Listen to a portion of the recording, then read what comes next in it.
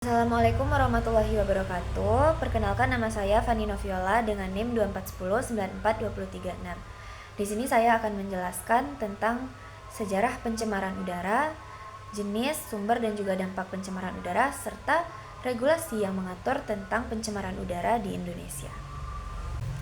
Langsung saja, yang pertama mengenai sejarah pencemaran udara. Pada masa praindustri atau masa kuno, di mana catatan paling awal itu ditemukan pada tulisan Hippocrates tahun 400 sebelum Masehi yang menyinggung tentang dampak udara buruk terhadap kesehatan manusia. Pembakaran kayu dan batu bara dalam jumlah kecil itu sudah mulai menghasilkan polusi.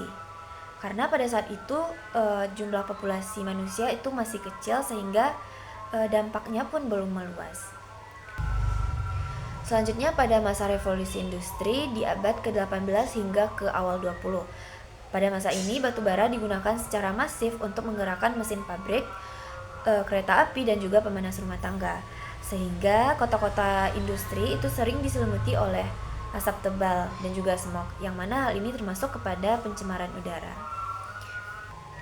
Lalu masuk pada abad ke-20 itu terjadi krisis besar polusi udara.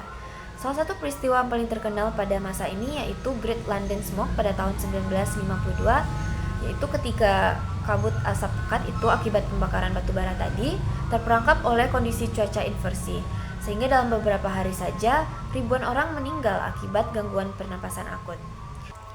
Hingga pada masa sekarang ini, yaitu pada abad ke-21, pencemaran udara tidak lagi dianggap sekadar masalah lokal ataupun regional, melainkan sudah menjadi isu kesehatan global, di mana emisi dari transportasi dan juga industri itu semakin meningkat. Akibatnya, kabut asap dan juga perubahan iklim itu menjadi tantangan global. Selanjutnya ada jenis pencemaran udara, di mana terbagi dua. Yang pertama ada pencemaran udara primer dan juga pencemaran udara sekunder. Pencemaran udara primer itu berasal dari zat pencemar yang langsung dilepaskan ke udara dari sumbernya. Contohnya karbon monoksida dari kendaraan ataupun sulfur dioksida dari industri. Selanjutnya tadi yang kedua ada pencemaran udara sekunder, terbentuk di atmosfer akibat reaksi kimia antara polutan primer dan juga sinar matahari atau uap air. Contohnya itu ozon troposfer, penyebab smog dan juga hujan asap.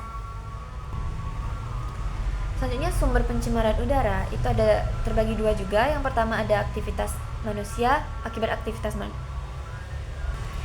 Selanjutnya mengenai sumber pencemaran udara itu juga terbagi dua.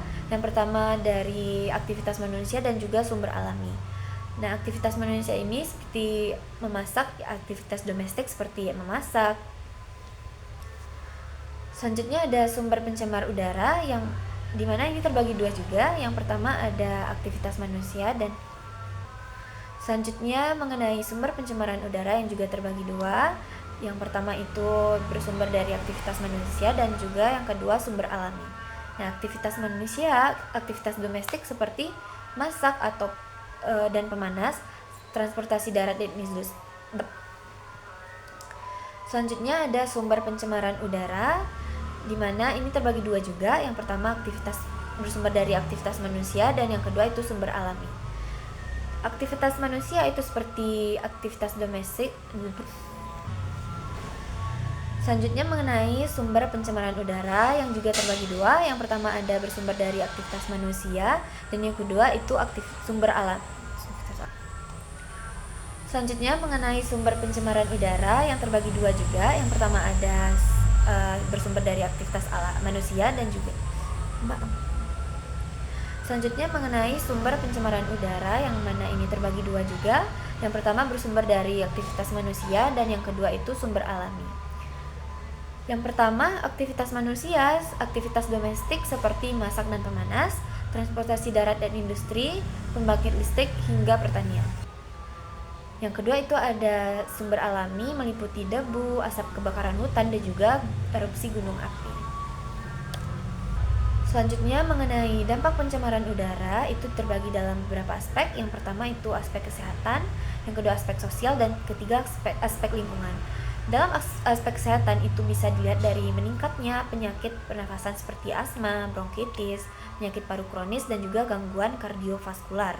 Yang kedua itu pada aspek sosial, di mana masyarakat yang tinggal di wilayah dengan kualitas udara yang buruk itu cenderung mengalami penurunan kualitas hidup karena keterbatasan aktivitas di luar ruangan.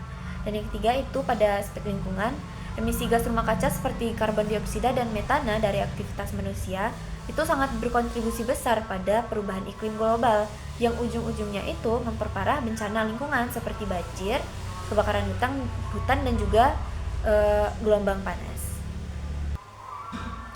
Selanjutnya yang terakhir ada regulasi terkait pencemaran udara di Indonesia.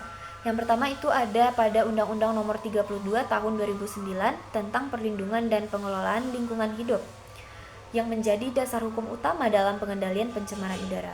Undang-undang ini mengatur hak masyarakat atas lingkungan hidup yang baik dan sehat dan juga kewajiban pemerintah dalam pencegahan pencemaran. Dan yang kedua itu ada Peraturan Pemerintah Nomor 41 Tahun 1999 tentang pengendalian pencemaran udara, yang mana mengatur baku mutu udara ambien, emisi dari berbagai sumber, serta kewajiban pemantauan kualitas udara oleh pemerintah daerah. Dan ini mengenai referensi yang saya gunakan. Dan sekian dari saya, terima kasih. Assalamualaikum warahmatullahi wabarakatuh.